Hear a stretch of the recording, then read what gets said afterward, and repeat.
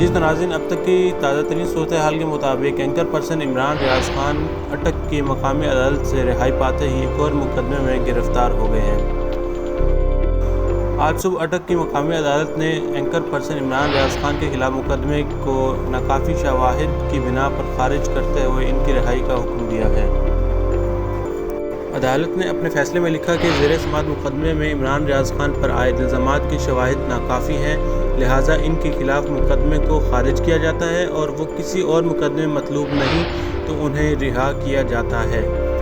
ताहम इमरान रियाज़ खान के खिलाफ ज़िला चकवाल में भी एक मुकदमा दर्ज है, जिसकी बिना पर चकवाल पुलिस ने इन्हें अटक की मकामी अदालत से रिहाई मिलने के फ़ौरन बाद ही गिरफ़्तार कर लिया और अपने साथ चकवाल ले गई।